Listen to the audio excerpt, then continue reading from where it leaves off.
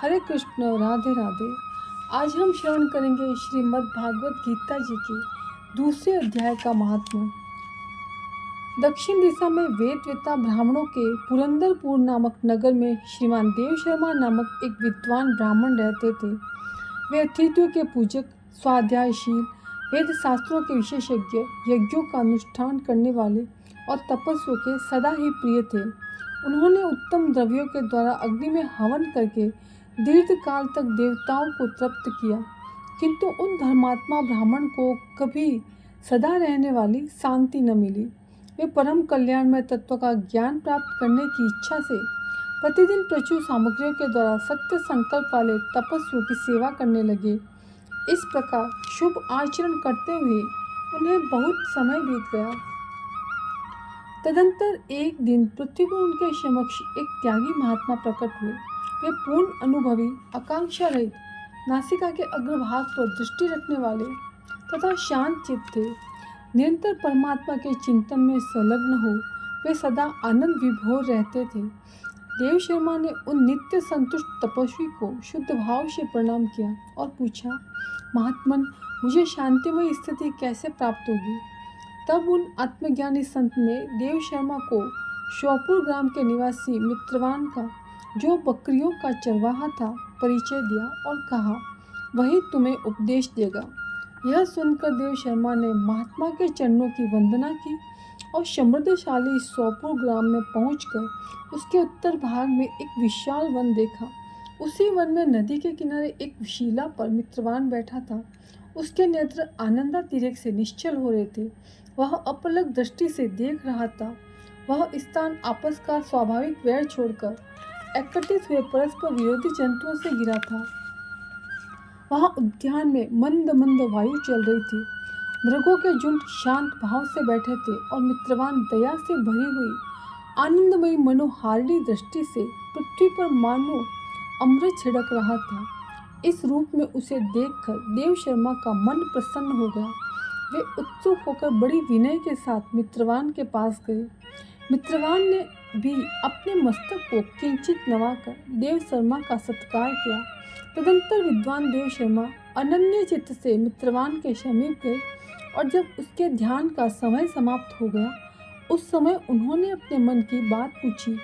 महाभाग, मैं अपनी आत्मा का ज्ञान प्राप्त करना चाहता हूँ। मेरे इस मनोरथ की पूर्ति के लिए मुझे किसी ऐसे उपाय का उपदेश कीजिए जिसके द्वारा सिद्धि प्राप्त हो चुकी हो। देव शर्मा की बात सुनकर मित्रवान ने एक क्षण तक कुछ विचार किया।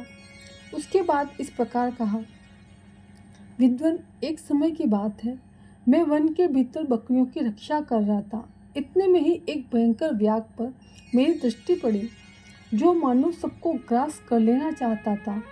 मैं मृत्यु से डरता था, इसलिए व्याघ्र को आते देख बकरियों के झुंड को आगे करके वहां से भाग चला, किंतु एक बकरी तुरंत ही सारा भय छोड़कर नदी के किनारे उस बाघ के सामने बेरोक टोक चली गई। फिर तो व्याघ्र भी द्वेष छोड़कर चुपचाप खड़ा हो गया। उसे इस अवस्था में देखकर बकरी बोली, व्याघ्र, तुम्हें तो अभिष्ट भोजन प्राप्त हुआ है। मेरे शरीर से मांस निकालकर प्रेम पूर्वक खाओ ना। तुम इतनी देर से खड़े क्यों हो? तुम्हारे मन में मुझे खाने का विचार क्यों नहीं आ रहा है? व्याघ्र बोला, बकरी, इस स्थान पर आते ही मेरे मन से द्वेष का भाव निकल गया। भूख प्यास भी मिट गई, इसीलिए पास आने पर भी मैं तुझे खाना नहीं चाहता। व्याघ्र के यूँ कहने पर बकरी बोली, न जाने मैं कैसे निर्भय हो गई हूँ।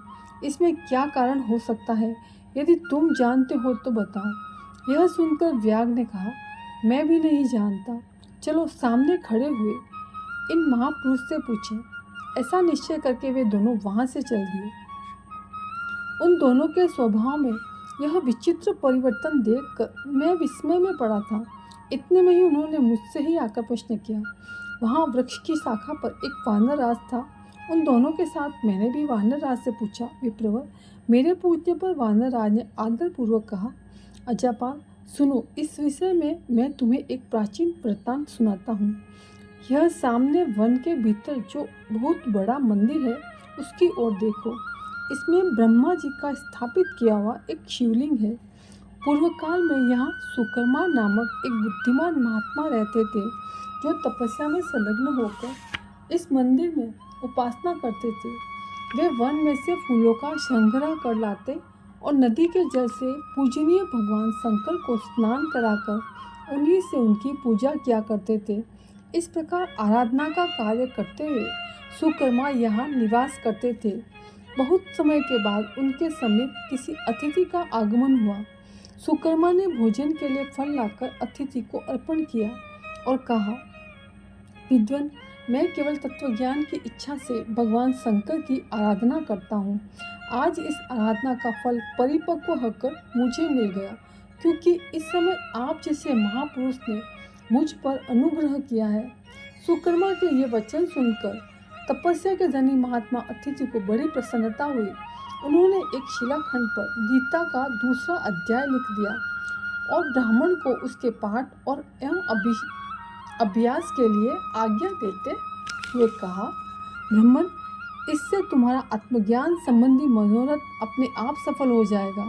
यूँ कहकर वे बुद्धिमान तपस्वी सुकर्मा के सामने ही उनके देखते देखते अंतर्ध्यान हो गए।